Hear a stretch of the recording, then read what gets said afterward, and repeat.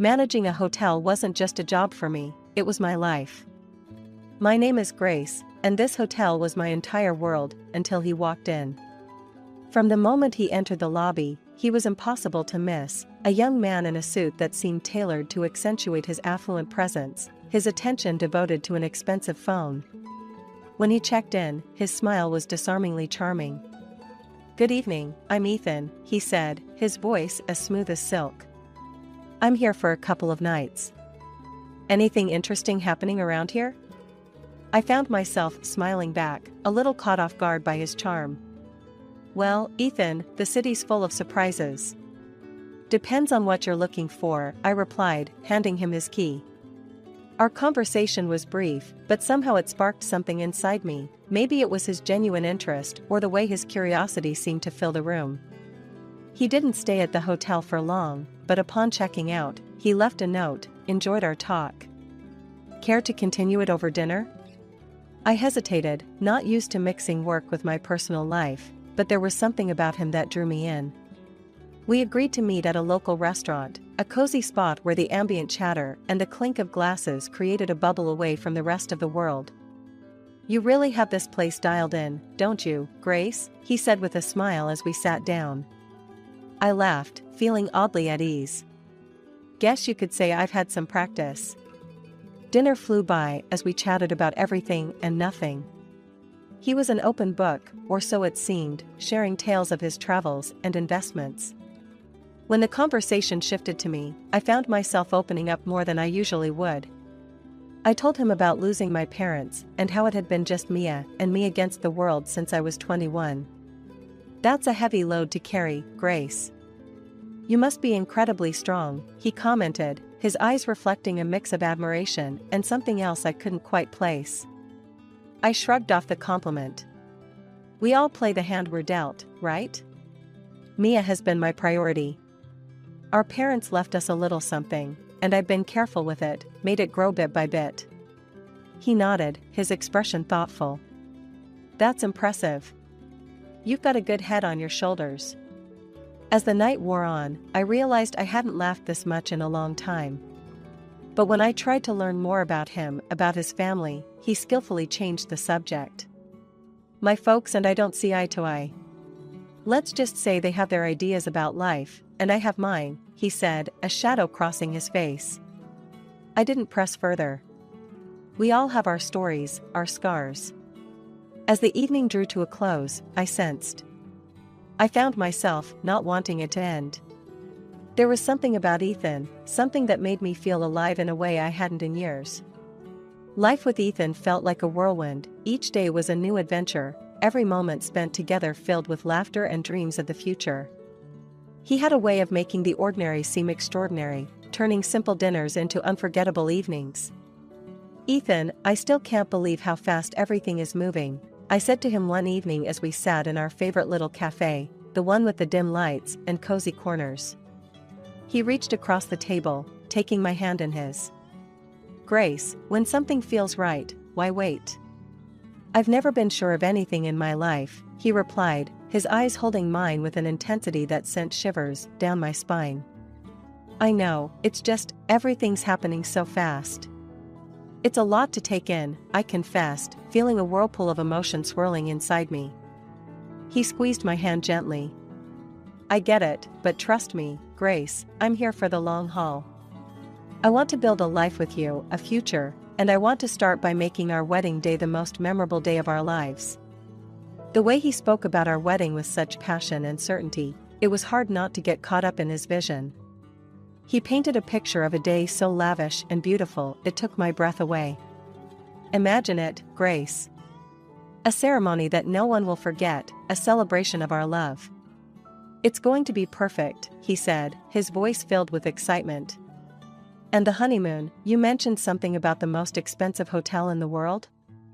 I asked, a mix of curiosity and apprehension in my voice. His smile widened. "Yes, it's all part of the plan.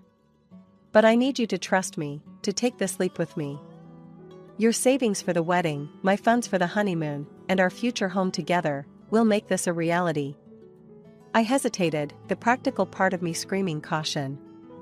But looking into his eyes, full of love and promise, I found myself nodding. Okay, Ethan, let's do it. Let's make this wedding a day to remember. As the weeks flew by, the wedding preparations became all-consuming. Ethan was a man of action, taking care of every detail, ensuring that our day would be nothing short of spectacular.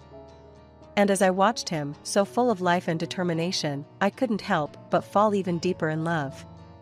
Ethan, you're amazing, the way you're handling everything, I don't know how to thank you, I said to him one evening as we reviewed the list of guests and the lavish menu he'd planned.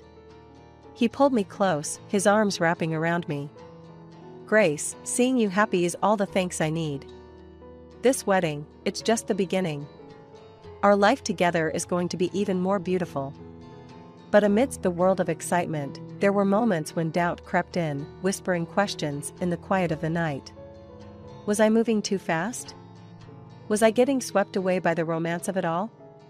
Every time those thoughts surfaced, Ethan's assurances were there to chase them away. His words, his promises, they were my anchor, holding me steady in the storm of uncertainty. The wedding prep had my days packed, but amidst the whirl of cake tastings and flower selections, I knew I needed Mia, my sister, my confidant. Since our parents passed, it had been us against the world, and her input meant everything to me, especially now. I called her up, hoping she could sneak away from the cafe she worked at. Hey Mia, think you can ditch the aprons and coffee smells for some tulle and satin today? I half joked, my voice laced with hopeful anticipation. Mia's laughter came through the phone, light and familiar. For you, sis, I'll trade coffee stains for bridal trains any day. Give me an hour to wrap things up here, and I'm all yours. The bridal shop was a wonderland of white and ivory dresses, cascading like waterfalls of lace and silk. As I tried on gowns, Mia's presence was a calming force in the storm of satin and sequins. That one, Grace, it's like it was made for you, Mia said, her eyes lighting up as I stepped out of the dressing room in a gown that felt just right.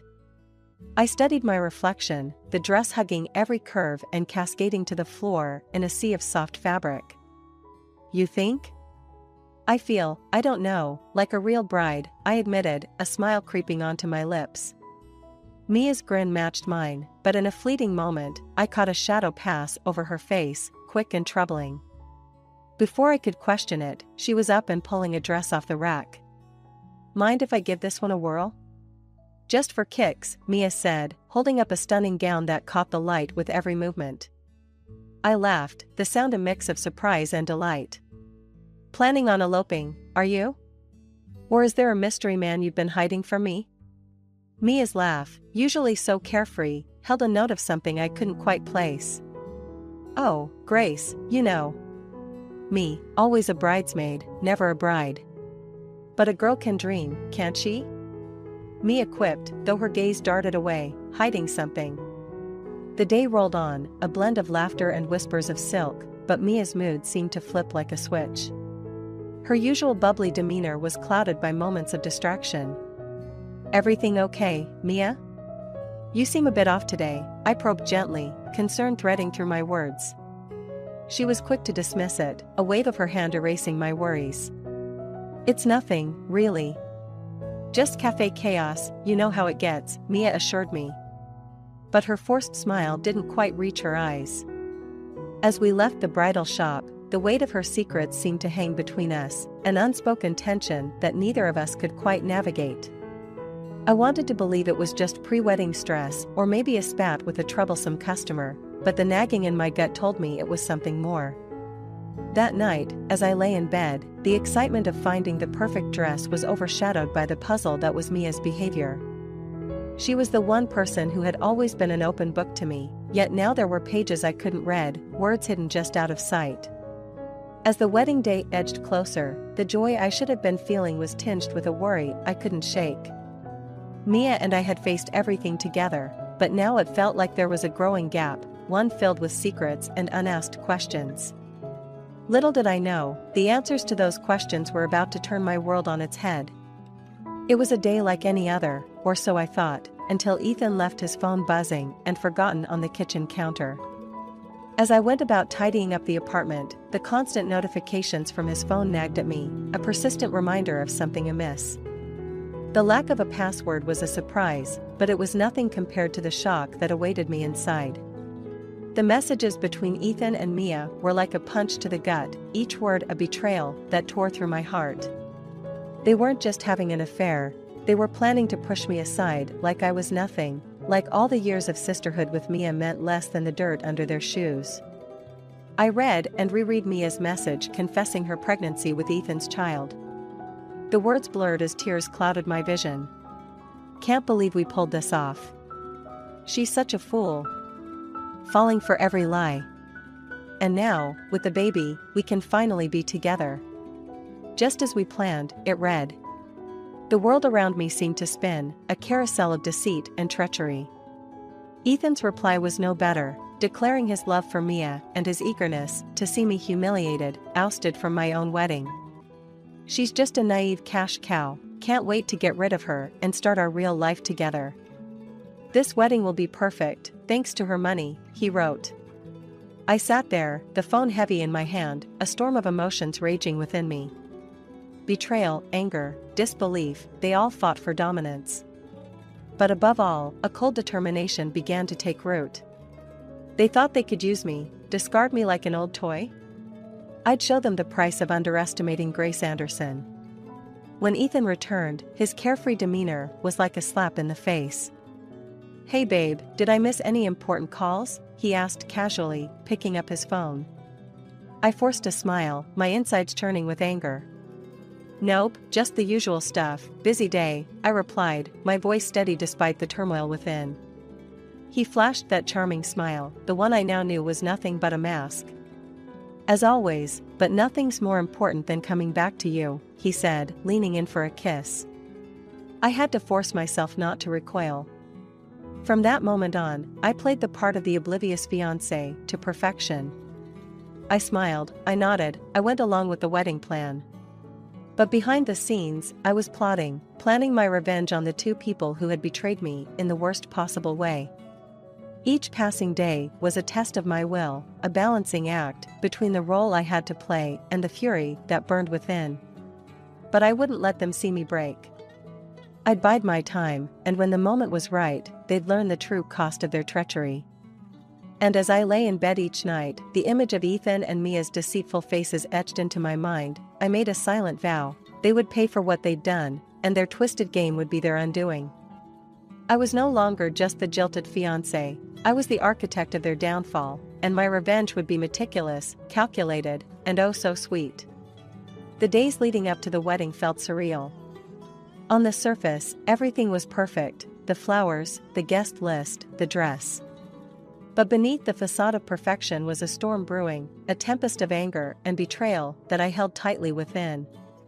Ethan was his usual self, all smiles and affection, blissfully unaware of the storm. He was about to sail into grace, everything's coming together so beautifully. This wedding is going to be the talk of the town, Ethan said one evening as we reviewed the final preparations. I nodded, my smile practiced and polished. Yes, it's going to be a day to remember, I replied, the words laced with a meaning he couldn't possibly grasp.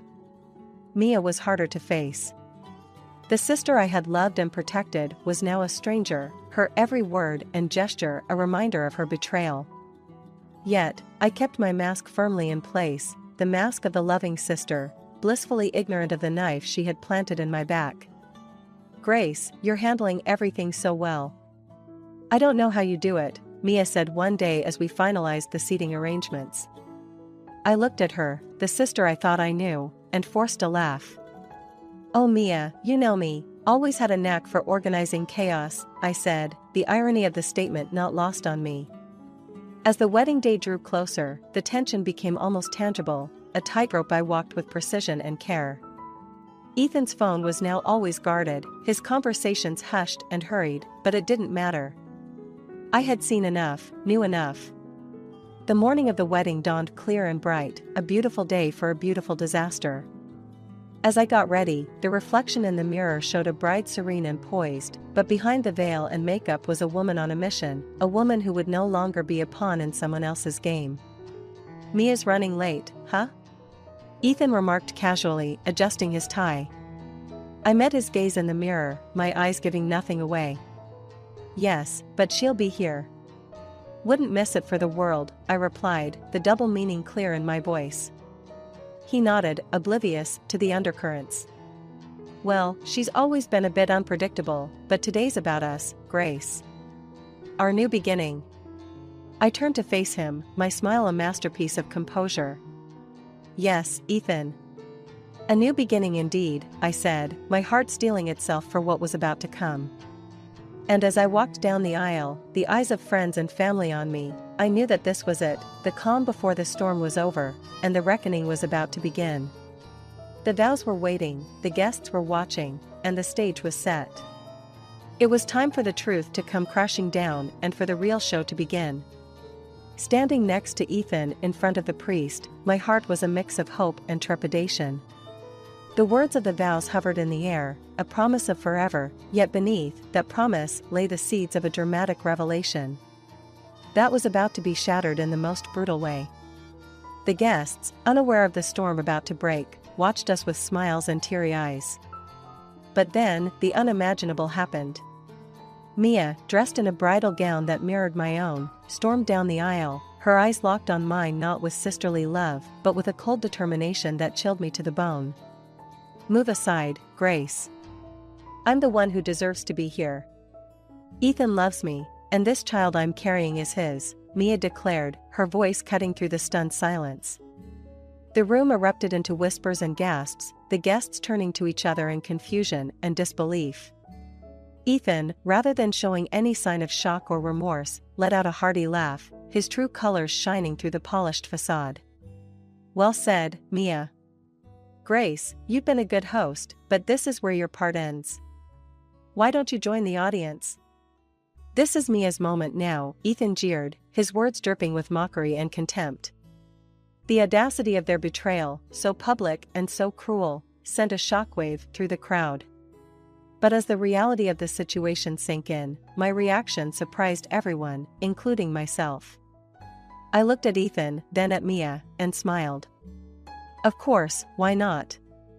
I wouldn't want to miss the show, after all, I did pay for it, I said, my voice calm, betraying none of the turmoil inside me. Mia and Ethan exchanged a confused glance, clearly not expecting such a composed response. The guests, too, were baffled, their eyes darting between us, trying to make sense of the surreal scene unfolding before them. As I gracefully took a seat among the guests, my head held high, the whispers grew louder. What is she up to? Is she really going to let this happen? The questions buzzed around the room like a swarm of bees. But I remained serene, a statue amidst the chaos. Ethan and Mia, now standing together at the altar, looked unnerved. My calm demeanor had thrown them off their plan to humiliate and discard me, not unfolding as they had anticipated. What's your game, Grace? Why are you so calm? Ethan asked, his voice a mix of curiosity and concern. I met his gaze, my smile never wavering. No game, Ethan. Just enjoying the fruits of my labor. Please proceed, I'm eager to see how this plays out, I replied, my words a velvet-covered dagger. The ceremony resumed, but the atmosphere had shifted. The guests watched in a mix of shock and anticipation, unsure whether they were witnessing a wedding or the prelude to a dramatic reckoning. As Mia and Ethan exchanged vows, the words felt hollow, a mockery of the sacred promise they were supposed to represent. And as I sat there, surrounded by friends and family who were struggling to comprehend the spectacle, I knew that this was just the beginning, the real show was yet to come, and Mia and Ethan, in their arrogance and deceit, had just secured front-row seats to their own downfall. As the priest asked if anyone objected, the doors burst open. A woman, older and more worn than either Ethan or Mia, stormed in, her eyes blazing with fury. Stop this wedding right now, she demanded, her voice slicing through the silence like a knife. Ethan's face turned ashen, his eyes wide with shock. Catherine, what are you doing here? He stammered, the mask of the perfect groom slipping away. Catherine, Ethan's legal wife as I had discovered, marched up to the altar. I'm here to stop you from making a bigger fool of yourself and these people. Grace, you deserve to know the truth, she said, turning to me with a sympathetic look. The crowd murmured among themselves, the scandal unfolding before them more gripping than any soap opera. Mia clutched her stomach, her face a mask of shock and fear. Catherine continued, her voice firm and clear. Ethan is a liar and a cheat. He's in debt up to his ears. His investments failed, and he's been using you all to dig himself out of his hole. And Mia, you poor girl, you're just another pawn in his game.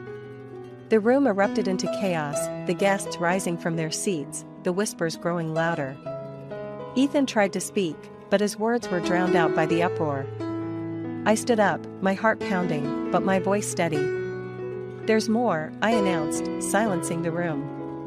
I hired a private detective after I discovered Ethan and Mia's affair. Not only is Ethan already married and drowning in debt, but he's also been hiding a daughter, a child he's never supported. Mia's face crumpled, the reality of her situation crashing down around her. Ethan, is this true? Tell me she's lying, she pleaded, her voice breaking. Ethan, now pale and defeated, had no words. His lies, his deceit, all laid bare for the world to see. But the final blow was yet to come. As the guests processed the revelations, Ethan's parents, two stern and imposing figures, entered the room. I had reached out to them, told them everything, and now they were here to confront the son who had brought shame to their name. Ethan's father, a man of few words, spoke with a voice that resonated with disappointment and anger. Ethan, you are no son of mine. Your actions today and in the past have shown your true character. You are cut off from our family and our fortune. As the room settled into an uneasy silence, I looked at Ethan, Mia, and the shattered dreams they had tried to build on the foundation of deceit. The pain of betrayal still throbbed in my heart, but standing there amidst the ruins of what was meant to be my happiest day, I knew that this was not the end of my story. In the aftermath, I found myself in the cold halls of justice, seeking reparation for the damage Ethan had caused. The courtroom felt like another world, a place where the pain and humiliation I had endured were translated into legal jargon and paperwork. Ethan, you've not only broken a promise, but you've also shattered trust and exploited generosity. You owe me more than just an apology, you owe me compensation for turning my life upside down, I stated firmly, my voice echoing in the quiet courtroom. The judge's gavel sounded like thunder in the tense silence. The court finds in favor of the plaintiff. The defendant is hereby ordered to pay $50,000 in damages for the distress and financial loss caused, he declared, his words a balm to my wounded spirit. As I walked out of the courtroom, the burden of the past months felt lighter. Justice had been served, but the road to healing was just beginning. Ethan's troubles didn't end with me. Catherine, his legal wife, fueled by hurt and fury, launched her own legal battle, demanding compensation for his infidelity and neglect of their child. The once suave and competent man was now entangled in a web of his own making, his lies and deceit finally catching up to him. Mia, my sister, the person I had trusted and loved more than anyone, found herself alone and abandoned. Ethan had fled the city, leaving her to face the consequences of their actions. She was pregnant and scared, a far cry from the carefree and happy girl she once was. My heart ached for Mia, despite her betrayal. The journey ahead would be challenging for both of us, as we navigated the fallout of the destruction left in Ethan's wake. As I stepped out into the cool air, my steps felt more certain. Though the path was unclear, I knew I had the strength to face whatever lay ahead, rebuilding not just my trust in others, but also my life, one piece at a time. I know I don't have the right to ask for your forgiveness, but I'm lost and I don't know what to do, Mia pleaded one day, her eyes filled with tears. I looked at her, the sister I once would have done anything for. Mia, you were my family, my blood, but what you did, it's not something I can just forget or forgive. You chose your path, and now you have to walk it, just like I'm walking mine. The distance between us was more than just physical, it was a chasm filled with betrayal and hurt, too wide and too deep to ever bridge again. Life moved on, but the scars of those tumultuous months remained. I focused on rebuilding my life, on finding peace in the simple things. I had loved and lost, trusted and been betrayed, but through it all, I had survived. And as I looked back on everything that had happened, I realized that the most important journey was the one I was taking within myself, a journey of healing, of rediscovering my strength, and of learning to trust and love again. Each day brought its own challenges, but also its small victories. I found solace in the routines I had once taken for granted, the quiet mornings spent with a cup of coffee, the late evenings wrapped up in a book, the walks through the park where the sun dappled through the leaves, casting patterns on the path ahead. Reconnecting with old friends and forging new relationships also marked a turning point. They provided laughter and support, reminding me that while some ties are severed, others remain or blossom anew. With each new connection, a piece of the wall I had built around my heart crumbled away, letting light seep through the cracks. Professionally, I threw myself into my work, finding that my experiences had not only toughened me, but had sharpened my instincts. I became better at reading situations and people, using my newfound insights to drive my career forward. Success in my professional life bolstered my confidence, reaffirming that I was more than the sum of my past hurts. The journey was neither quick nor easy, and there were days when the shadows of my past loomed larger than life. But these moments were also a testament to my resilience. I learned to acknowledge my vulnerability as a strength, not a weakness, a profound realization that propelled me further on my path to recovery. As months turned into years, the lessons I learned and the personal growth I experienced enriched my life in ways I could not have imagined. The betrayal that had once threatened to define me now seemed like a distant echo, a stark contrast to the vibrant reality I had constructed from the ashes of my former life. I was not just surviving, I was thriving, transformed by my trials and steadfast in my resolve to live a life defined by my terms.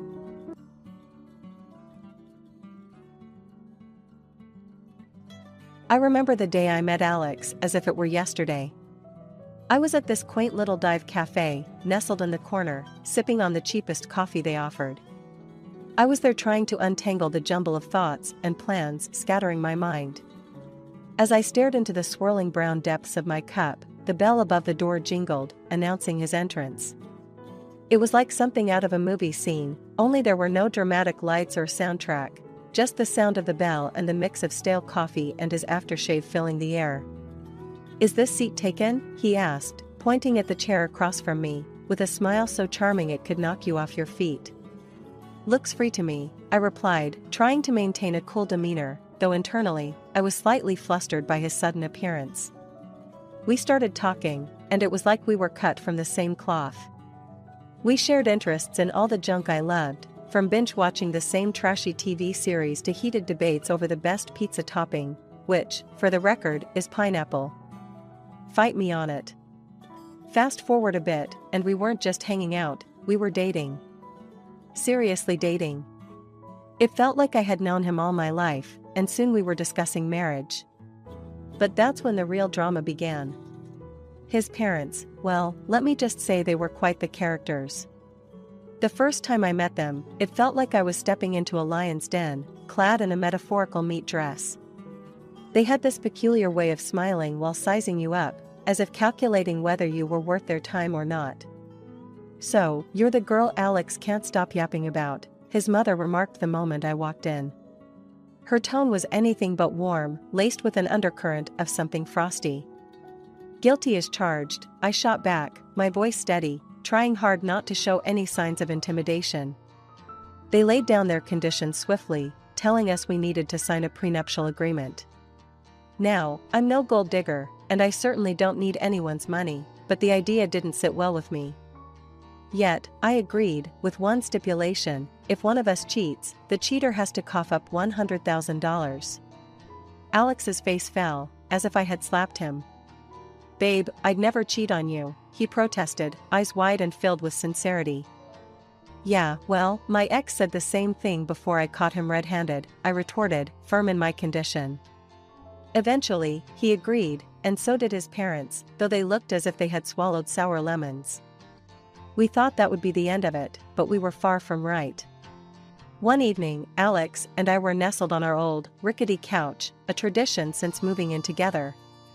Despite its age and the springs that poked uncomfortably at times, that couch had become our spot. The TV flickered in the background, playing some forgotten show, as we lounged in the comfort of each other's company, blissfully unaware of the challenges yet to come. But from everyone around us. It seemed like every family gathering or casual meetup with friends inevitably circled back to when Alex and I were going to start expanding our family. It was as if our personal decision had somehow become community property, up for public debate and discussion. Seriously, every time we see your parents or mine, the conversation goes straight to kids. It's exhausting, I vented one evening as we lay in bed, staring at the ceiling. Alex turned to me, his expression a mix of frustration and empathy. I know, babe, I know. It's like they think they're being helpful, but it's just pressure. And the last thing I want is for us to rush this because everyone else thinks it's time, he replied, his voice soothing yet tinged with irritation. The truth was, I was scared, terrified, really. The idea of becoming a parent, of being responsible for another life when some days it felt like I could barely manage my own, was overwhelming. I confided in Alex about my fears one night as we cleaned up after a particularly trying dinner with friends who had just announced their own pregnancy. Alex, I'm just not sure I'm ready. What if I'm not good at it? What if I mess up our kid? I admitted, my voice barely above a whisper as I scrubbed a stubborn spot on a plate. Alex stopped his drying duties, set down the towel, and took my hands in his. Emily, look at me, he said gently. We'll learn together. Sure, we'll make mistakes. Everyone does. But we'll be great because we'll be doing it as a team. We're not going to be perfect, but we'll be perfect for each other, and for our kid, when we decide it's the right time. That conversation seemed to strengthen our resolve. We decided to take things at our own pace, regardless of the external pressures. We were determined to live our lives on our terms, enjoying every little moment. Like the lazy Sundays spent in pajamas, reading books and ignoring the world outside, or the spontaneous midnight drives to get ice cream because why not? And so, as we navigated the choppy waters of expectations and unsolicited advice, we clung to our dreams and to each other, finding joy in our shared dreams of one day visiting Italy, even if it meant saving every penny and cutting back on luxuries, even if it meant Alex's sacred video games might have to wait. The silence hung thickly in the air, a palpable weight that settled over the room, crushing any semblance of the peaceful Sunday lunch I had envisioned. As Judy's words sliced through the atmosphere, I could feel the sting of each jab, a verbal onslaught that left me reeling. My hands trembled slightly as I clutched my fork, my appetite completely gone. You're right, Judy. I do have responsibilities, I managed to say, my voice steady despite the storm raging inside me.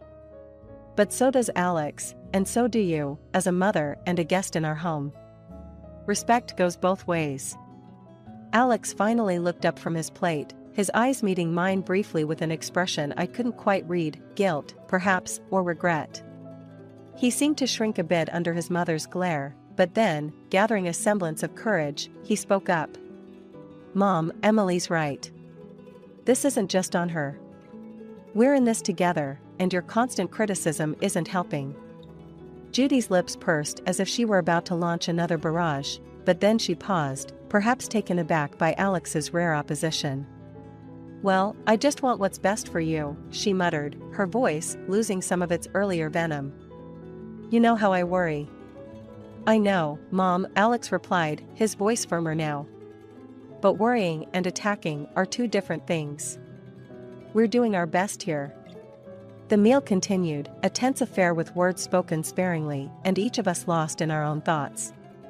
Judy's departure was abrupt, with a stiff goodbye that promised more tension in future encounters.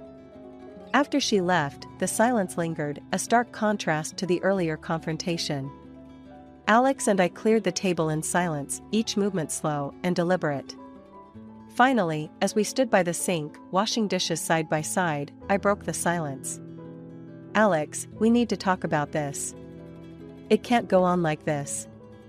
Your mom, it's too much. I know, he sighed, running a hand through his hair. I'm sorry. I should have stood up for you sooner.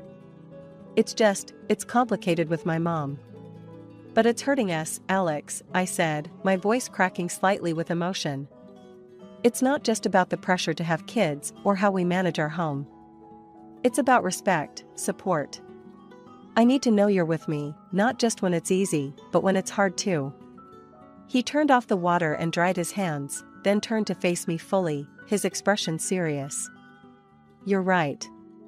I am with you, Emily. And I'll talk to her. We'll set some boundaries. It's not fair to you, and it's not healthy for us. The promise was there in his eyes, a commitment to shield our little unit from the storms outside. We leaned against the counter, our shoulders touching, finding comfort in the shared space between us. The road ahead was uncertain, fraught with challenges, both internal and external, but as we stood there, I felt a flicker of hope. Together, maybe we could weather the storm.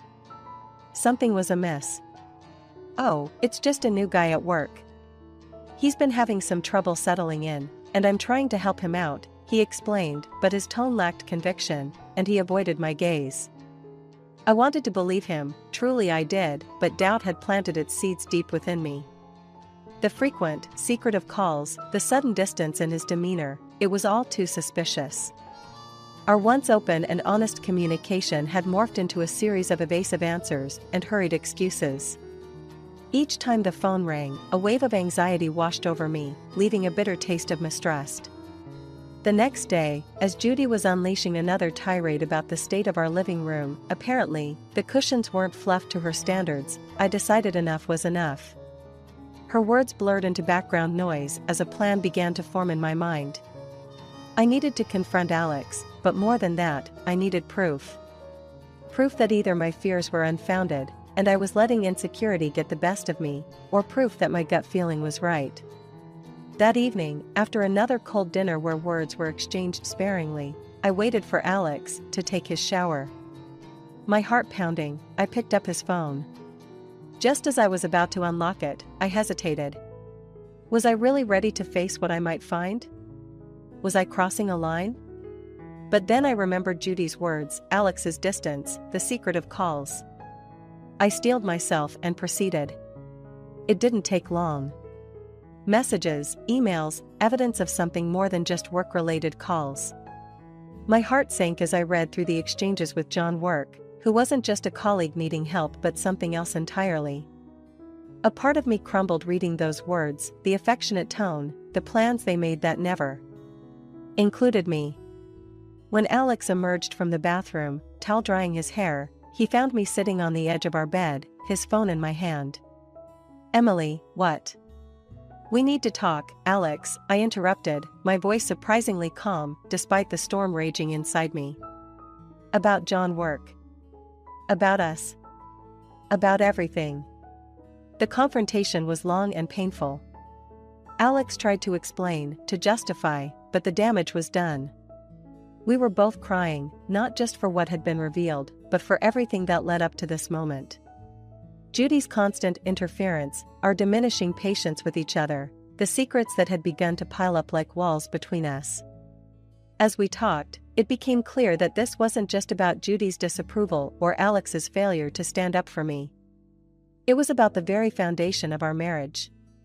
Could we rebuild from here? Was there enough left of us that was salvageable? Sitting there, with everything laid bare, we faced the hardest question of all. Were we strong enough to face this together, or had Judy's siege and our own internal battles already taken too much from us? I'd respond, my voice hollow. The lie tasted bitter, but necessary. I needed more time to figure out how to handle this betrayal in a way that didn't leave me completely shattered. Every morning as Alex prepared for work, his new routine now unmissable, I found myself watching him with a mix of sorrow and detachment. The crisp shirts, the carefully styled hair, the scent of cologne, it all seemed like a costume now, a disguise meant to shed his old self. The transformation was complete, and with it, the man I married seemed to be fading away. During the day, when he was at work, the house felt oppressively empty. The silence was a constant reminder of the distance growing between us. I would wander through the rooms, each corner filled with memories of laughter and love, now overshadowed by the deceit that lurked in the shadows. The evenings when he returned were the hardest. We'd sit across from each other at dinner, making small talk that skimmed the surface of our lives, but never daring to delve deeper. The space between us at the table felt like a chasm. His eyes, once so full of warmth when they met mine, now seemed to look right through me, as if I were just another part of his routine. I knew I couldn't keep up the facade much longer. The weight of the secret I was carrying was too heavy, the act too exhausting. One evening, as we sat in the living room watching TV, an activity that had become more about filling the silence than enjoying each other's company, I decided it was time. "Alex, we need to talk," I said abruptly, turning off the television. The room plunged into a sudden quiet that felt like a prelude to a storm. He looked at me, startled at first, then a guarded expression settling over his face. "What's up?" he asked, trying to keep his voice light, but I could see the tension in the way he held himself. "It's about us," I began, my voice steady despite the turmoil inside. "I know about her, Alex." The words hung in the air, heavy and irrevocable. His face went pale, the change so stark that for a moment, he seemed like a stranger. He opened his mouth to speak, then closed it, struggling to find words. Finally, he managed a weak, "I don't know what you're talking about, Em." I reached into the drawer beside me and pulled out the plain brown envelope. I didn't want to use it, not really, but I needed him to know that I knew. "Don't," I said quietly as I laid it on the coffee table between us. "Please, just don't." For a long time, he didn't move, didn't speak. Then, with a heavy sigh, he reached for the envelope, his movements slow, almost reluctant. As he looked through the contents, I watched the emotions play across his face: shock, pain, and finally, resignation. "I'm so sorry, Em," he murmured, his voice breaking. "I never wanted to hurt you." The words were meant to be an apology, perhaps, but they offered no comfort. Sorry didn't change the images, the words, the betrayal.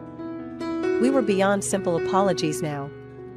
We were at a crossroads, and the path we chose next would define the rest of our lives. I replied, my voice even and controlled, hiding the turmoil inside me.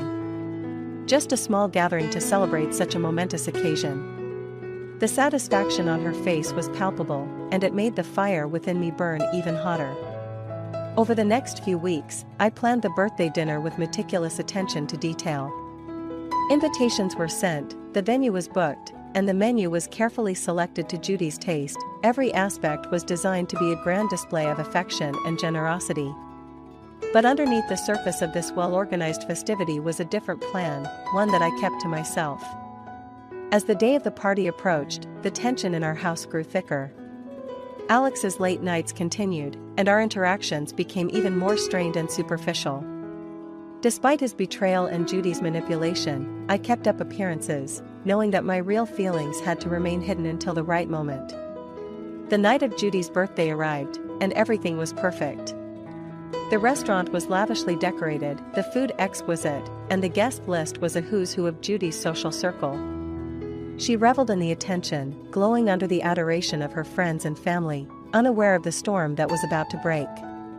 During the dinner, I excused myself under the pretext of checking on the dessert. In the privacy of the restaurant's office, I made a call to a number I had stored on my phone under a generic name. The voice on the other end answered promptly. "Everything is in place," I said, my voice a whisper. "Are you ready?" "Absolutely," came the confident reply. "Just say the word." Returning to the table, I watched as Judy laughed and shared stories with her guests. The evening seemed to stretch on forever, each minute ticking by with excruciating slowness until it was time for the speeches. Alex stood first, his words dripping with false warmth as he toasted his mother. Then, it was my turn. I stood, glass in hand, and smiled at the gathered guests. "I'd like to add to Alex's beautiful words," I began, my voice clear and strong. "Tonight is not just a celebration of Judy's 70th birthday, but it's also a night to remember for many reasons." The room quieted, all eyes on me. I paused, gathering my courage. For tonight marks a new beginning, I continued. A beginning that sees me stepping into a future that I choose, a future without deceit and manipulation. A murmur ran through the room, Judy's face turning from confusion to alarm as I turned towards her and Alex. This dinner, while a gesture of goodwill, is also my farewell. I am aware of your plans, Judy, and your conversations. I know everything. The shock was immediate, their faces a mixture of disbelief and fear. You see, Judy, Alex, I am not just some token wife to be discarded when convenient. I deserve respect and honesty, neither of which I've received in this marriage. As Judy stammered, trying to form a response, I placed my glass down, my next words, quiet but fierce. Consider this my gift to you, freedom from pretending that we are a happy family. From this moment, I choose my own path. Turning on my heel, I walked out of the room, leaving a stunned silence behind me. It was the hardest thing I had ever done, but as I stepped out into the cool night air, I felt a weight lift off my shoulders. I was free, and I was ready to face whatever came next. In my mind, one that was born out of necessity rather than spite. The realization that my life as I knew it was over was crystal clear, and I knew I had to start anew, on my own terms. As I walked into the apartment for what felt like the last time, the silence was overwhelming. It was as if the walls themselves were holding their breath, bearing witness to the monumental shift in my life. I made my way to the bedroom, my steps echoing in the empty corridor, each sound a stark reminder of the solitude that awaited me. Inside the bedroom, I began packing a suitcase. Each piece of clothing, each personal item, felt heavy with memories, and yet, I felt a surprising surge of relief with every item I folded. I was reclaiming myself, piece by piece, from the wreckage of a marriage that had been built on false pretenses and sustained by my own unwillingness to see the truth. While I packed, my mind raced through the events of the evening. Alex's declaration and Judy's cruel dismissal had been a brutal one-two punch, yet in a strange way, they had also given me a gift, the impetus to finally make a decisive break from a toxic situation. It was not the exit I had planned or hoped for, but it was an exit nonetheless, and it was all mine. I paused, sitting on the edge of the bed, the suitcase half full beside me. The plan that was forming was simple. I would leave tonight, find a hotel, and then tomorrow, I would start the process of finding a new place to live. A place that was all mine, free from the shadows of Judy's disdain and Alex's indifference. There was something empowering about planning a future that was mine alone to shape. I felt a resolve within me that had been absent for too long. Yes, the road ahead would be fraught with challenges, but for the first time in a long time, I felt ready to face them head-on, without the crutch of a relationship that had done more to hinder me than to help me. Finally, my suitcase packed, I took one last look around the apartment. It was filled with expensive furniture, art, and decorations, things that were meant to signify success and happiness, but now felt like nothing more than props in a play I no longer wanted to be part of. I turned off the lights, closed the door behind me, and didn't look back. The cool night air was refreshing. And as I walked down the street, suitcase in hand, I felt an odd mixture of grief and liberation. The grief was for the end of a chapter in my life, for the person I had been. But the liberation was for the person I was becoming, the person who could and would stand on her own. The finality of the evening washed over me, not as a wave that sought to drown me, but as one that baptized me into a new life. As I stepped into the dark night, I was not just walking away from a failed marriage, I was walking towards a new beginning. I knew, and the evidence I held. The room fell silent, the air thick with the realization of their predicament. Judy's face, usually so composed and authoritative, was now a picture of dismay. Alex looked from the photos to me, his expression one of someone who had been caught in a trap of his own making. "Emily, please, let's talk about this," Alex began, his voice trembling. He made a move to approach me, but I stepped back, holding my ground. "There's nothing left to talk about," I said, my voice firm. "Everything that needed to be said was shown last night and is right here in these photos." Judy, recovering her composure, tried to regain control of the situation. "Emily, you're overreacting. We can sort this out. Families have issues, but we can work through them. I couldn't help but laugh, a short, bitter sound. Work through them? Judy, last night, you and Alex made it very clear I am not family. And after what I've discovered, I wouldn't want to be. The divorce papers were my declaration of independence, a symbol that I was no longer bound by their deceit and manipulation. As I stood there, facing them both, I felt the last vestiges of the life I had known fall away. The hurt and betrayal I had felt were now replaced by a clarity and strength I had not known I possessed. You have until the end of the week to get your lawyers to respond to the divorce terms, I stated, moving towards the door. Everything is detailed in those papers. I suggest you read them carefully.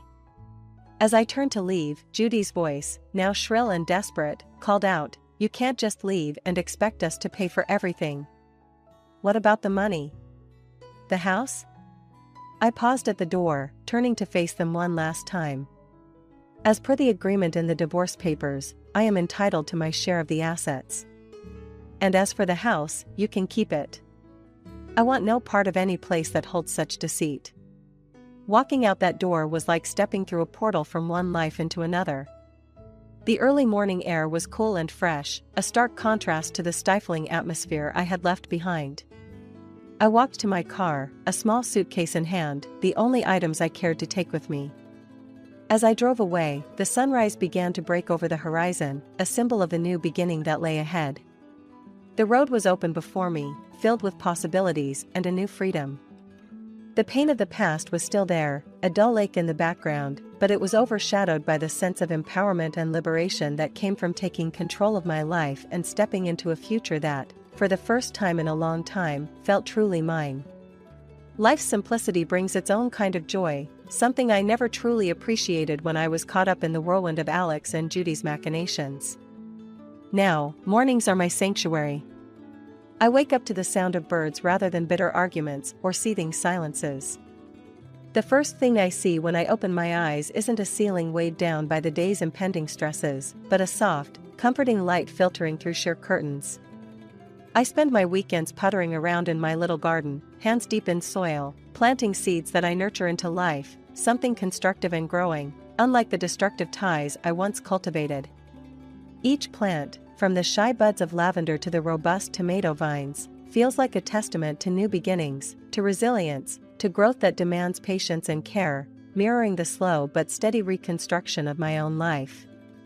I've come to find solace in routine, the kind that fosters peace rather than predictability used as a weapon. My job is a steady one, nothing spectacular or soul-crushing, but it provides enough for me to enjoy the small luxuries of life, a book from the local bookstore, fresh flowers for my kitchen table, an occasional dinner out where I can enjoy a meal without the sting of surveillance or the taste of hidden agendas. The neighbors are kind, simple nods and friendly waves without the invasive prying I endured before. They respect my space, and I cherish theirs, a mutual understanding of coexistence without the need to intrude. Sometimes we share small talk over the fence, discuss weather patterns, or exchange gardening tips. Their presence is a gentle reminder that not all relationships need to be deep to be meaningful, nor do they require constant energy to maintain. And as for yoga, I attend classes at a studio nearby where nobody knows my past or asks awkward questions about my sudden move to the neighborhood. They see me as I am now, a woman who sometimes wobbles in her tree pose, but always tries again, much like how I approach my life. Each session ends with a moment of reflection, a reminder to breathe, to really breathe, not just to survive, but to live. So, as I walked away from that gossip, coffee in hand, I realized how far I had come. The old Emily might have dwelt on that news, letting it disrupt her peace. But now, I was more concerned with the more pressing issues of my peaceful existence, those damn squirrels eyeing my almost ripe tomatoes, and mastering the warrior pose without toppling over.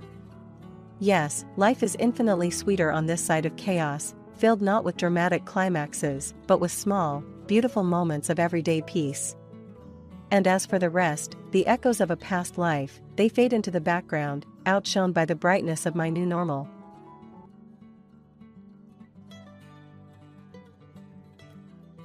On that fateful day, as I stood before my father's grave, the cool breeze seemed to carry whispers of the past, a reminder of the towering figure he had been.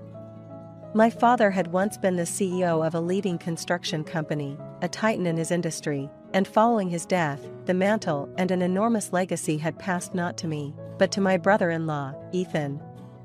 The contrast in our inheritances couldn't have been starker. Ethan received the company and the vast estate, while I was left with nothing but an old mini truck. At the funeral, Ethan, never one to mask his smugness, couldn't resist a jibe. With this, he gestured grandly at the documents and keys he held. "I've got the company and the entire estate in my grasp. That mini truck suits you." However, to me, that mini truck was far from just an old vehicle. As I gazed at it, parked unassumingly among the shadows of towering oaks, it seemed to hold a piece of my father's life, a remnant of a past that both of us had struggled to navigate. When I turned the ignition key, the engine coughed to life, breaking the silence with its determined rumble. That's when I noticed the navigation system flickering to life, displaying a destination already set, a place unknown to me. With a mixture of curiosity and resolve, I began to drive. My name is Michael Don, a tutor who recently turned 43. The large coffin before which I stood was a stark reminder of the complicated relationship I had shared with my father. He had built the construction empire from scratch, hoping I would one day take the reins. Instead, I chose a path aligned with my childhood dream, to teach, to inspire young minds, just as I had been inspired.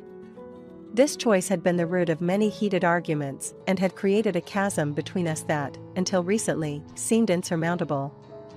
Throughout my student years, our relationship had been defined by those intense arguments and long periods of silence. Yet, despite the distance, I never grew to despise him. Inside, a part of me always longed to prove that my dreams were worth chasing, even if they led me away from the empire he had hoped I would inherit. The weight of being the eldest son bore down on me, a mantle of responsibility I felt I had shirked, leading to a deep-seated guilt. This psychological barrier had kept me from visiting my parents' home for years. My mother, ever the peacemaker, relied on my sister, Lucy, to bridge the gap. Lucy, with her husband, would often send gifts to our father under my name, fine liquors or tickets for trips on his birthday or their anniversary. Each time, she implored me to mend fences with him. "I wish you and Dad could make up by talking." Bad news that my father had cancer reached the family. Upon hearing this, I did not hesitate to resign from my job and head towards the home where my family was waiting. It was a moment of clarity, a realization that what truly mattered in life was life itself, and past conflicts with my father suddenly seemed insignificant. Recognizing the importance of taking action without regrets, I returned to my hometown and voluntarily took up teaching at a local tutoring school while caring for my bedridden father. At first, my father was unable to hide his surprise at my return, but he eventually accepted it with few words. I didn't throw any extra words at my father either. I simply stayed by his side and quietly continued to care for him. Whenever I offered help, and it was needed, my father would always express his gratitude in a low voice. Those words brought a measure of peace to my heart. Sadly, my father's long battle with illness came to an end. The last page of my father's life was quietly turned in the presence of me, Lucy, and our mother. We could never fully understand what our father might have been thinking in his last moments, but we sincerely hoped that his soul had embarked on a peaceful journey. Even though it was an anticipated event, the sense of loss deeply affected the family. My mother, Lucy, and even my young nephew Bob, who was an elementary student, were all engulfed in sorrow and shed tears. The only one who did not openly show emotion was my brother-in-law, Ethan. He coldly said to me, who was busy making the details of the funeral, "Did he finally die, huh?" The moment I heard those words, I inwardly praised myself for not resorting to violence against Ethan. Instead, I focused on preparing for my father's funeral, not having to waste time on such trivial matters. The busyness served as a temporary distraction from the pain in my heart, almost like an oasis with no room to spare for Ethan's words. I concentrated on the funeral preparations, ensuring each necessary procedure was carried out with certainty. The relationship between Ethan and myself had never been calm, to begin with, and over time, it had only worsened. However, this was a very different impression from the first time I met him, back then. Ethan had been a competent member of my father's company, and I had respected his abilities deeply. It felt as though I had gained a real brother when Ethan married my sister Lucy. He was 4 years my senior and seemed like a role model. Even before the marriage, I would consult him about various problems, and Ethan always listened with empathy. Among those discussions was the significant theme of whether I should take over the family business. Your father, Kevin, should live his own life, and Michael, you have your own path. No one knows which choices in life are ultimately right, so the most important thing isn't to pursue the right choices, but to make the ones you won't regret when you look back. With those encouraging words from him, I decided to transfer from the business school where I was studying management to the Faculty of Education, where I wanted to study. As time passed, Ethan and Lucy married, stepping into a new chapter as a family. 20 long years have passed since then, and the gap between my father and me had become a gulf. I had moved on with my life, losing the opportunity to bridge that gap. However, upon receiving the news of my father's illness, I put everything aside and hurried back home. Ethan, who once welcomed me warmly, had gradually changed, and his attitude now bore a sense of discomfort. Ethan didn't show his transformation openly, but whenever we were alone in the house, he didn't hesitate to comment in a cold tone, "You rushed back in a panic when you heard Kevin collapsed, didn't you? But no matter what happens here, you won't inherit anything." I was momentarily confused by his sudden words, struggling to keep up with my thoughts. "What do you mean? Don't pretend you don't know. It may be a coincidence, but even if you now desire to manage the company, it's already decided that I will take over as the next head." His sharp words stunned me, and my voice grew higher than intended. "No, that's not it. I didn't come back for such ambitions." I realized my lack of filial piety and wanted to show my apologies to Dad, even if it's late. "I don't need your fancy talk. It's just like a line from a TV drama, isn't it? Lucy likes that kind of stuff, but were all those gifts you sent just a calculation to look good in front of Kevin?" he retorted. "That is absolutely not true." I desperately tried to clear up the misunderstanding about me with every explanation. I mustered all the patience I could, however, it seemed Ethan had already made up his mind and wasn't interested in taking my words to heart. What's more, his words could be taken as a slight against Lucy, and for the first time, I felt a strong distrust towards Ethan. Since that incident, Ethan began to throw blatant sarcasm towards me. "No matter how much you try to get in the good graces of Kevin, that time has passed. Don't make me laugh. Go back to where you should be learning and deal with your troubled students." At first, I deeply reflected on how I appeared to others and how others perceived me. However, Ethan's words reflected a self-righteous, authoritarian stance rather than true concern for our father. His behavior sometimes belittled his own father and even Lucy, who was his spouse. Through these things, I became convinced that Ethan had married Lucy with his eyes on my father's company and inheritance. As if to prove this, he seldom visited my father's sickbed and never took part in caregiving. Now, all I could do was work as hard as I could to protect the company that Kevin built. Indeed, Ethan's words were polished, but at his core was a simple wish to avoid troubles. When the weekend came around, he would immerse himself in golf, his personal enjoyment under the guise of business. There was no sign of him wanting to take care of his son. Ethan publicly stated he wanted his son to acquire many skills to eventually take over the family business, but he pushed the responsibility of transportation to Lucy, who maintained the household. When Lucy showed even slight discontent with the burden, Ethan would say, "I'm giving my all to everything for Kevin's sake. Now is the time to produce results by any means necessary. Let's overcome this trial together," and he would speak passionately, taking Lucy's hand whenever the topic of our father came up. Lucy struggled to assert herself and would typically nod in reluctant agreement. Ethan was adept at playing the perfect person in front of Lucy, so it's understandable that she was persuaded. He revealed his true self to me, probably because he saw me as the same kind of person as him. Once I get used to Ethan's sarcasm and provocations, I won't notice them anymore. However, when our beloved father passed away, my heart nearly broke.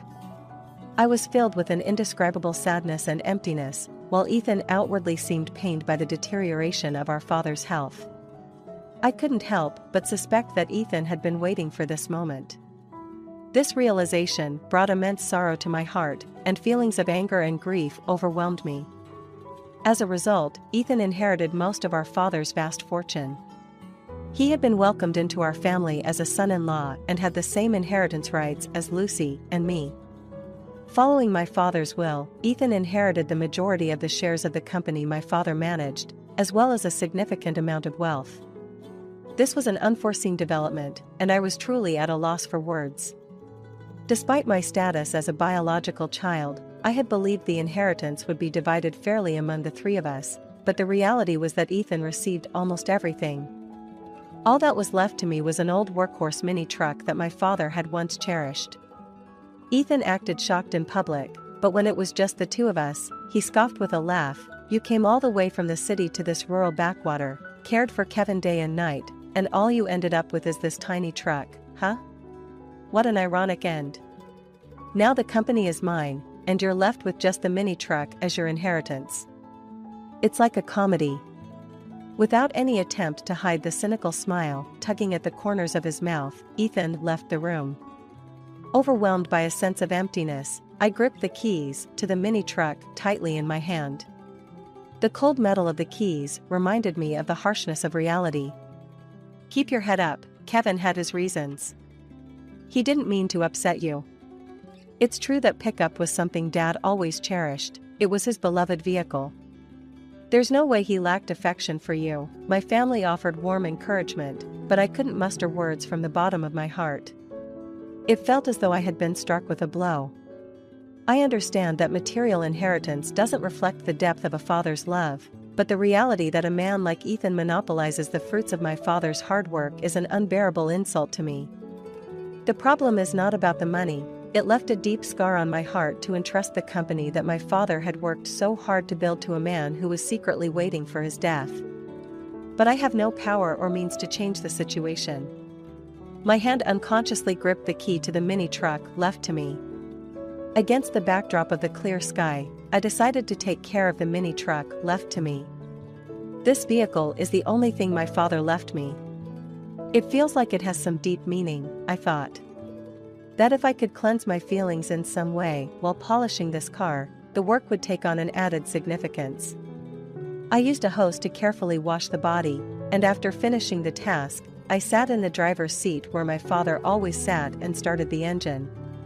That's when I noticed something different on the navigation system screen. "That's odd, what is this?" For some reason, the navigation screen, which should normally display my location and nearby map, showed a single thick blue route. Why is there a destination set on the navigation system? This type of display usually appears when navigating a route to a destination. When I checked the destination shown on the screen, instead of a specific place, there were only coordinates entered. Following these coordinates would require about an hour's drive. Anyway, I'd like to go for a drive in this light truck and check out the place. Without giving it much thought, I put the truck in first gear and left the house. About an hour into the enjoyable drive, I arrived. Could it be home? I unexpectedly stopped in my tracks at the sight before me.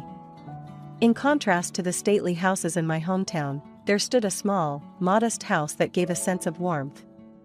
As far as I looked around, a natural silence reigned, and I couldn't even detect the presence of anyone else. I stepped out of the truck and stood in front of the small house, feeling a slight bewilderment. I couldn't find any signage that might symbolize the house, but it was clear that this spot the navigation system showed me had some kind of meaning. So, I just stood there without turning back. With a bit of hesitation, I pressed the doorbell, and as the heavy door slowly opened inward, the person standing there was unexpected. "Mom? I've been waiting, Michael. Come in, dear." "Why are you here, Mom? And how come this place was set in Dad's navigation system?" "I will explain everything, but first, come inside and take a breath." Following my mother, I hesitantly crossed the threshold of the house. The interior was simple yet warm, a functional space, with only the essentials for living. My mother carefully prepared tea for me and started a conversation in a relaxed voice. Actually, this is your father's secret hideout. A hideout. This is the first time I've heard that my father owned a place like that. With a serene expression, she began to speak plainly. This place is our secret spot where we come when we needed our own space or simply wanted to enjoy some peace and quiet. When a small marital spat seemed likely to escalate, it was our rule to come here to calm down. You didn't know about it, did you? I was lost in surprise and deep thought. I had no inkling that such a family rule existed. She continued speaking, and this is something your father wanted you to have. Saying this, she produced a brown envelope and handed me a separate handwritten letter. The envelope seemed slightly bulging, as if something had been tightly packed inside, suggesting it contained something important. Holding the letter, I decided to read it first. To Michael, Dad has caused you a lot of trouble and made you endure unbearable hardships over the years. I want to apologize from the bottom of my heart. The letter was filled with my father's reflections on past mistakes and his profound gratitude to me. I have been told repeatedly by your mother that it is you who is at fault for leaving home of your own will, that a son has the right to choose his own path in life. Indeed, we both have our stubbornness, but when I fell ill and you came back, it was an unexpected and delightful surprise for me that I couldn't express directly. It's just my awkwardness. I am deeply grateful to you for supporting and taking care of the family. This letter contained the sincere feeling of a father that I had never heard before. Emotions welled up from deep within me, choking my throat. The letter continued with a paragraph about Ethan. To tell the truth, my distrust towards Ethan grew over time. He's good with words, making people feel at ease, but through my experience in discerning people's characters, I saw his true nature clearly. I suspected his nightly searches of the house were his way of secretly buying the property. Exhausted from work and caregiving, I had been too drained to notice such cunning behavior, but now knowing Ethan as I did, this was a believable account. I have no intention now of entrusting the company to you, but in case of unforeseen circumstances, I have left a substantial amount with your mother so that you and Lucy will not be in want. Please accept it. I looked up at my mother. She said nothing, just gazed at the brown envelope. I reached out hesitantly for the envelope and upon examining its contents, confirmed everything was in my mother's name. Quietly yet firmly, she began to speak. Even if I changed the accounts to the children's names, it would be considered a gift under tax laws, and if written in the will, Ethan might use it to siphon off the estate. Your father, to avoid Ethan's eyes, had secretly given this money to me while he was still alive. What I'm about to say is that I want to formally hand this money over to you and Lucy as a living gift, she added. This explanation reached my ears, but my consciousness couldn't fully grasp their significance. The amount written in the account book she presented was an immense sum, unlike anything I'd ever seen. Dad left this money for me. This simple truth was very important to me. It wasn't about the amount. The fact that my father had been concerned about me, not Ethan, who was seen as the successor, moved me deeply. We may not have exchanged heartfelt words often, but I pride myself on understanding that you always cared for us deeply. I want everything I entrusted to you through your mother to be passed on to you. Take it as thanks for the gifts you've given me every year, and for that, I am truly grateful. Before I knew it, I was crying out loud, unable to contain my emotions. For a long time, I felt that father never really understood me, but I was completely wrong. He always understood and cherished me. That must be why he trusted me with that old mini truck, believing I would never let it go and would always use it well.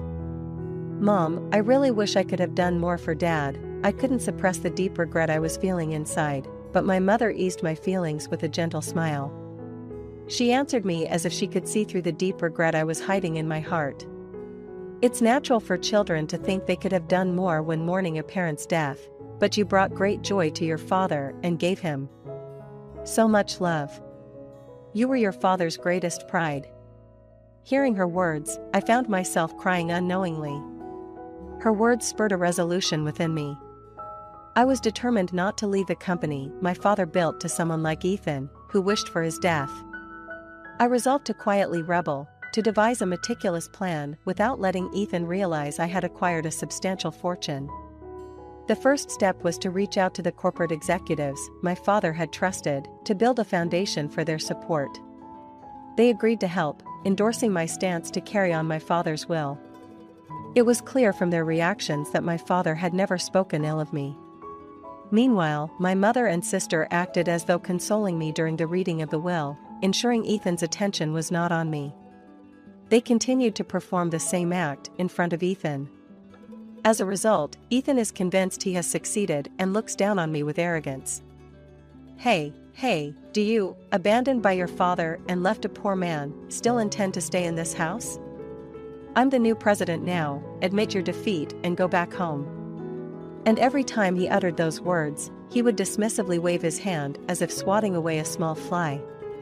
Ethan's smug demeanor, since he assumed the position of CEO, ironically led to an unsettling atmosphere in the company's management. While his high position was well known throughout the company, instead of fulfilling the responsibilities that came with it, he became increasingly haughty towards his subordinates, which led to intensified internal conflicts, and many employees left the company dissatisfied with him. Even as valuable talent drained away, Ethan remained unquestioning of his direction, brimming with self-assurance. Those who can't grasp my superior vision might as well quit immediately, he declared publicly, continuing to make decisions based on his own judgment, unaffected by the opinions of others. As the chaos within the company grew day by day, Ethan indulged in financial pleasures and a lavish lifestyle, while the passion he once might have had for the business seemed to have vanished into thin air. When I first met him, he truly seemed like a wonderful person. He was competent at his work, and even Dad approved of him. How could he have changed so much? She shed tears every night, secretly away from the children's eyes. I couldn't just watch the company decline right before my eyes. I was quietly but surely preparing my next move, and finally, the time came to act. That day, I left home earlier than usual and waited for the moment Ethan arrived at the office. As Ethan stepped into the president's office, he was astonished to see me there, his eyes wide with surprise. I had been waiting for his delay, and the sight of me sitting comfortably in the chair usually reserved for the president was an unexpected scene for him. What the hell are you doing? Why are you sitting there? What is the meaning of this? Someone remove this person who doesn't belong here.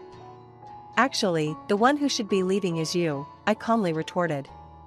What are you talking about? Have you finally lost your mind? Despite his disdainful look, as if swatting away an insect, I remained calm and responded, using the assets bequeathed to us by our father, I have acquired the majority of the company's shares. An extraordinary general meeting of shareholders was held, and you were officially ousted from the position of president, Ethan. I'm sorry to say, but you are no longer the president of this company. Wait just a minute, he was clearly confused, repeating words that made no sense. Don't you understand? I now control 2/3 of this company's shares. But the inheritance left by father, wasn't it just an old mini truck that you got?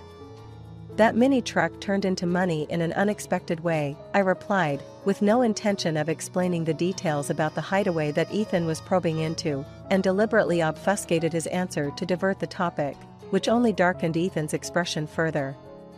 The game is over, leave this place immediately. First, please have a look at this calmly, I said as I presented Ethan with several documents.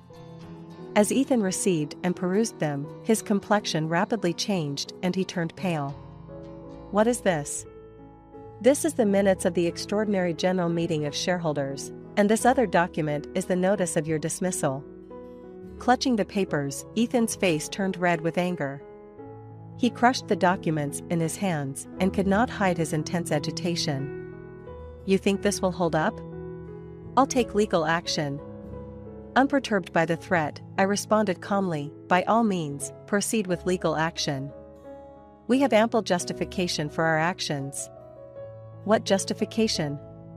You've been after that old man's wealth and this company from the start. It's nothing more than an act of jealousy, Ethan. Let me ask you directly, have you been diverting company assets for personal use and engaging in leasing contracts? What if I have? What's it to you? Ethan visibly lost color, his face turning ashen with shock. How did you know about that? I confronted Ethan directly, listing his specific acts of misconduct. They involved taking home computers and appliances provided by the company for personal use. There's more to be made clear. Computers that should be in the office are being used at your home for personal reasons, along with TVs and other appliances. Treating company property as your own personal belongings, wouldn't you say this is sufficient just cause?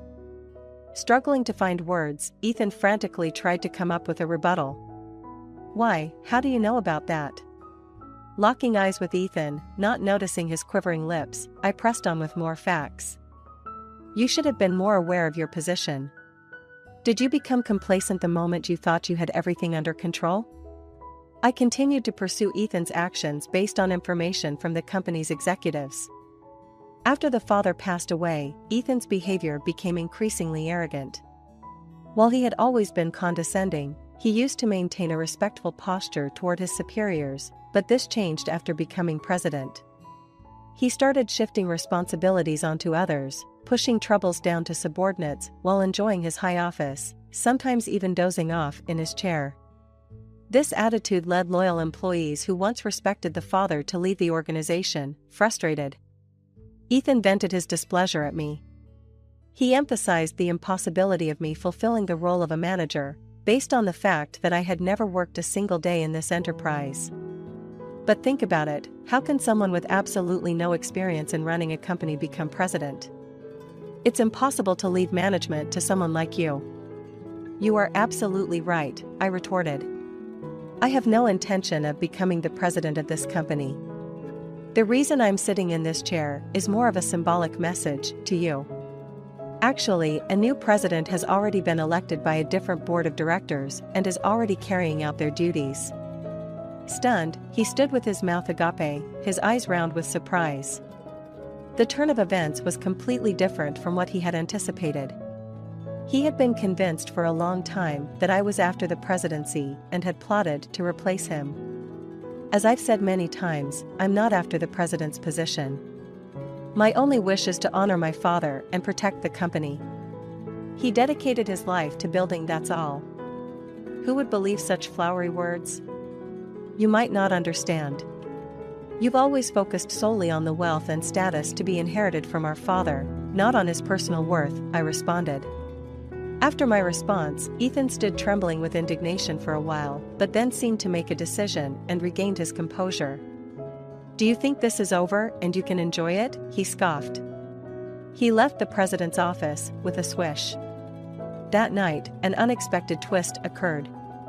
Lucy shockingly threw divorce papers at Ethan, signaling the end of their marriage, a consequence of Ethan's misdeeds at the company leading to his disciplinary dismissal.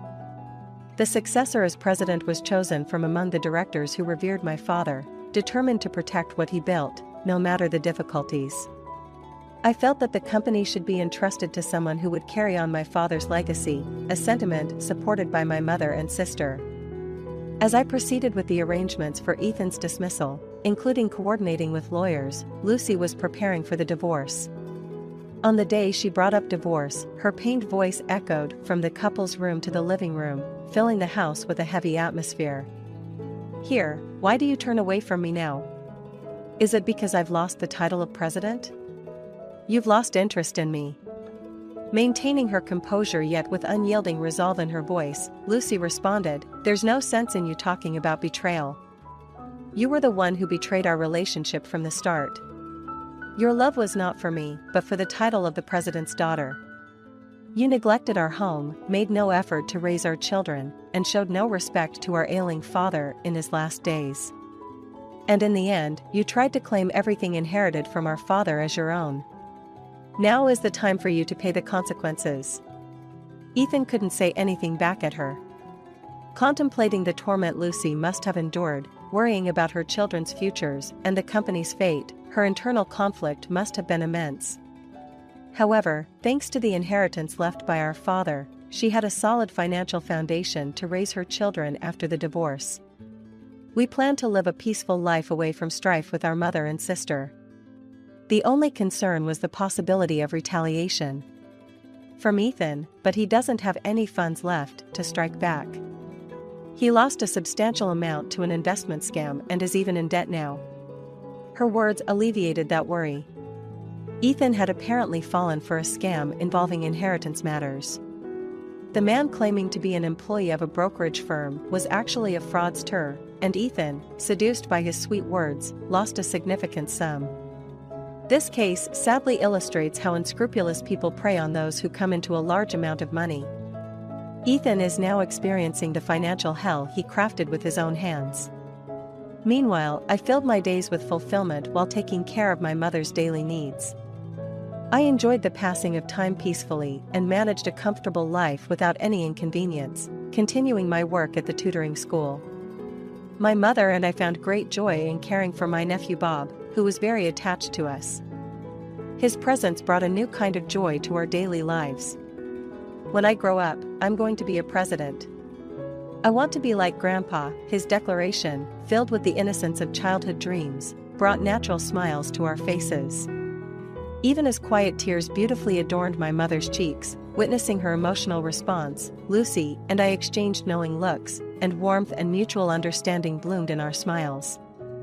You might say that now, but I won't be surprised if you want to become a teacher when you're in college. I teased him with a light tone, but my own reflections on similar past statements colored the joke, drawing a gentle laugh from all of us. But I'm not very good at studying, so maybe I won't make a good teacher. He furrowed his brow and pondered out loud, his earnestness making the sentiment even more endearing, prompting laughter once again, this time filled with affection. In this moment, brimming with an almost excessive sense of happiness, we realized we were truly living in the present, soaking in the unity of family, and ready to accept whatever the future